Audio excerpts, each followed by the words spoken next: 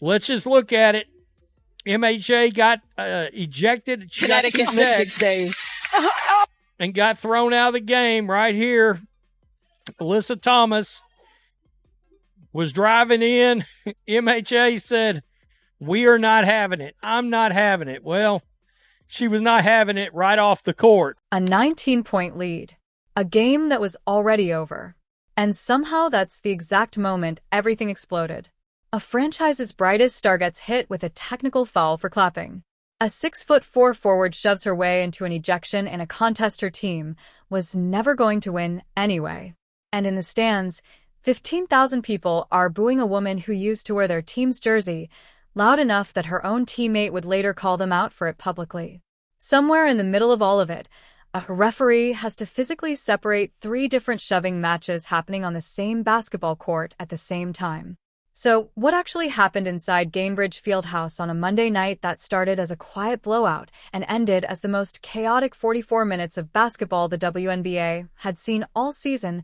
Why does the date on the calendar matter more than almost anyone watching realized in the moment? And why, in a matter of hours from right now, are these same 2 teams about to step back onto that same court with absolutely nothing cooled down, nothing forgiven, and every single grudge from Monday night still sitting wide open?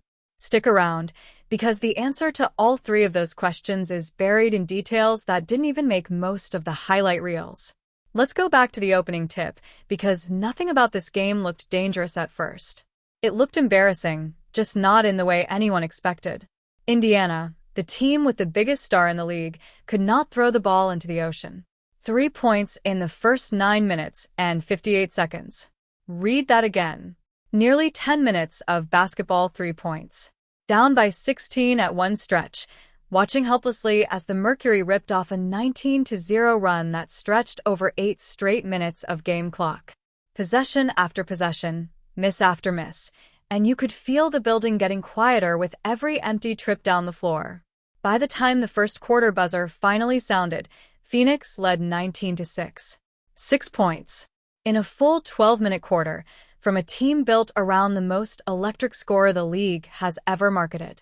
Tied for the fewest points Indiana has scored in any quarter since 2018, and the fewest they've managed in a first quarter specifically since 2016.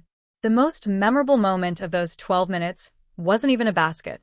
It was Pacers star Tyrese Halliburton, sitting courtside, reaching over to free a ball that had gotten stuck behind the backboard, drawing the loudest reaction of the entire opening period.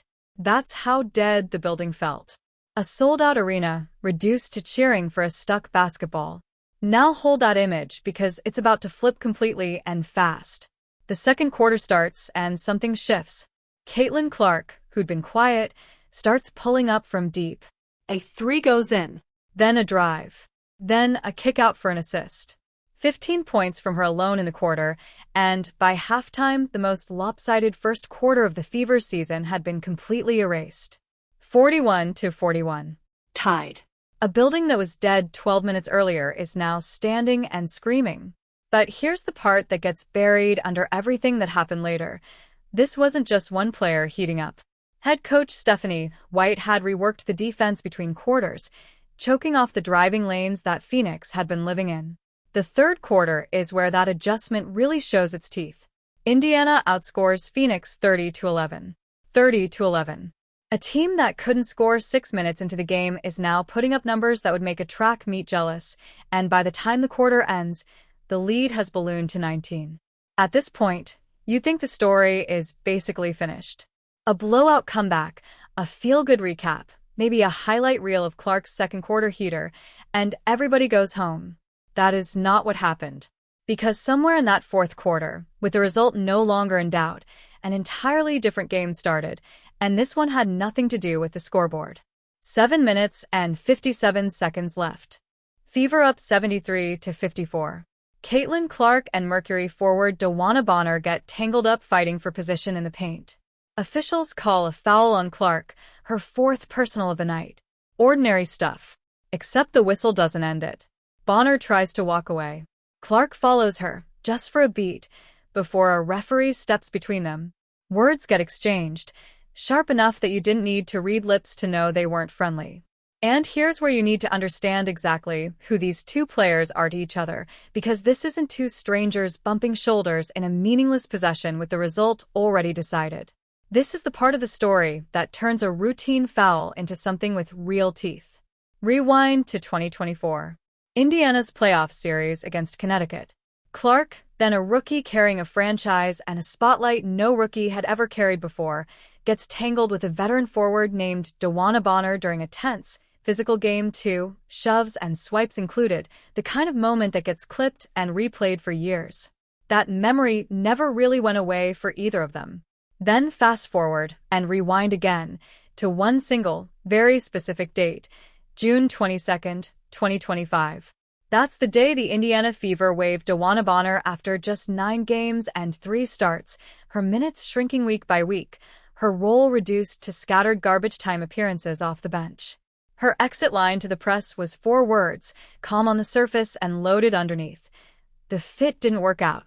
She signed with Phoenix days later and helped them reach the WNBA finals that same season, proving she still had plenty left in the tank, just not in Indiana's system. Now look at the calendar again, because this is the detail that should genuinely give you chills. This blow-up, this exact fight, the tangle, the technicals, the ejection, all of it happened on June 22nd, 2026. 1 year to the day since Indiana let her go. Nobody scripted that. Nobody planned for the anniversary to fall on a night the two sides would actually be sharing a court again. It just happened that way, which somehow makes it land even harder than if someone had written it on purpose. So when Bonner stepped back onto that floor wearing a different jersey, the Fever crowd had not forgotten a single detail of how she left. Earlier in the game, she'd knocked down a three-pointer, and the building had booed her for it, loud enough that a Mercury teammate would later publicly criticize the fans over it. Bonner finished that night with 7 points and 3 rebounds off the bench, modest numbers for a player who was about to become the center of the entire story. Back to the tangle. The second Clark and Bonner separate, the floor detonates. Fever guard Sophie Cunningham, the team's self-appointed enforcer, the player whose entire reputation is built on not letting her star get pushed around, gets in Bonner's face and points directly at her. Bonner, not backing down for a second, points right back. Officials and teammates have to physically pull them apart, bodies colliding, jerseys getting grabbed. At the exact same time, on a completely different part of the court, Mercury forward Alyssa Thomas, Bonner's real-life fiancée, the person who would never stand still while watching this unfold, is locked up with Indiana forward Myisha Hines-Allen, and that one needs separating too. For a few surreal seconds, there are 3 separate confrontations happening simultaneously on one basketball court, players running in from every direction, and the officials are completely overwhelmed, spinning in place trying to figure out where to even start. They finally send it to the monitor. The review takes what feels like forever, the entire arena standing, murmuring, waiting, and when it's done, the verdict comes back brutal. Technical fouls for Cunningham and Bonner. Technical fouls for Thomas and Hines-Allen. And a technical foul for Caitlin Clark, her 5th of the season, called for nothing more than clapping her hands in frustration. Tied with Angel Reese for the most technicals of any player in the league this season. 5 players. 5 technicals. 1 single tangle. Play resumes. It does not last long at all. On the very next possession, Hines-Allen picks up a personal foul against Thomas and seconds later shoves her. Because she already had a technical from minutes earlier, the shove is automatically her 2nd of the night. Second technical means automatic ejection, no warning, no discussion. She's gone. Out of a game her team is winning by 19 points, walking off the floor and down the tunnel while the building she should still be playing in keeps roaring behind her back. That single sequence, start to finish, stretched the 4th quarter to 44 real minutes of game time. 44 minutes of stoppages, reviews, and shouting matches to cover 12 minutes on the clock. After the final horn, Clark didn't hide how she felt about it. She called the technical ridiculous and called out the officiating crew by name, frustrated that a clap could cost her real money and put her one step closer to a rule almost nobody outside the league office pays attention to until it matters. 8 technical fouls in a season triggers an automatic 1-game suspension. She's at 5. 3 away. And there's no sign anyone around her is going to calm down enough to keep that number from climbing. Now strip away the chaos for a second and look at what actually got buried underneath it, because the box score from this game is genuinely absurd, and almost nobody talked about it the next morning.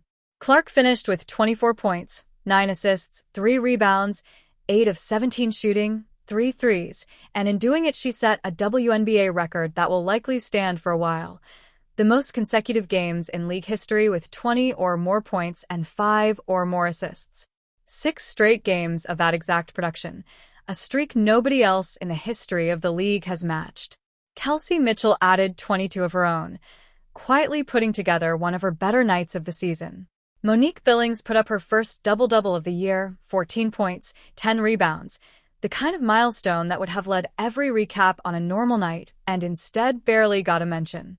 Aaliyah Boston had a rough one by her standards, 8 points on 2 of 9 shooting, completely overshadowed by everything happening around her. On the other side, Kalia Copper dropped 20 before fouling out late in the fourth, and Alyssa Thomas, in the middle of getting tangled up with 2 different Fever players, somehow still managed 19 points, 5 rebounds, and 9 assists, plus a piece of WNBA history of her own. She became the fastest player ever to reach 500 career assists with a single franchise, doing it in 4 fewer games than Clark needed to do the same thing, and she also climbed to 13th on the league's all-time steals list, all on a night when most of her highlights involve her getting separated from another player by a referee.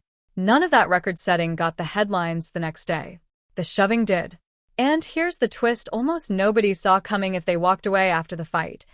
Phoenix wasn't done. Down 19 with 7 minutes left, rattled, missing a key scorer to foul trouble, playing 4-on-5 emotionally if not literally, the Mercury did